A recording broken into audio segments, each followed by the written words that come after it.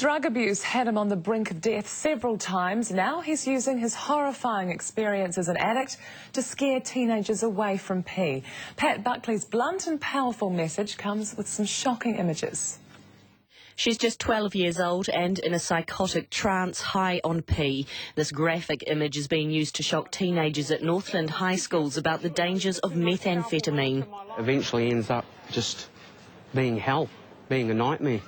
Pat Buckley was hooked on hard drugs for almost half his life. His lesson to students at Whangarei Boys High School: don't follow in his footsteps. I started to sell drugs as a drug dealer. Why? Because when you're addicted, you do dumb things. You have to. I was introduced to marijuana at 12 years of age, and then at 14, I was introduced to heroin.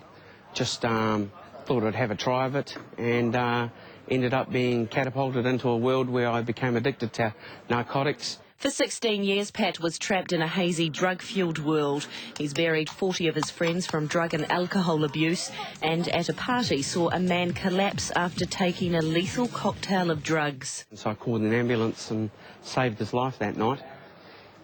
Sadly, that guy killed himself 5 years later on methamphetamine. He poured a can of gasoline on himself and set himself on fire.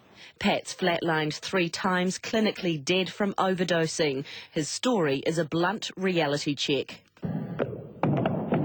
I know that I'm not going to go there because from past experience of Pat. Seeing the effects that it could have on most people is really encouraging to us, so it makes us think twice.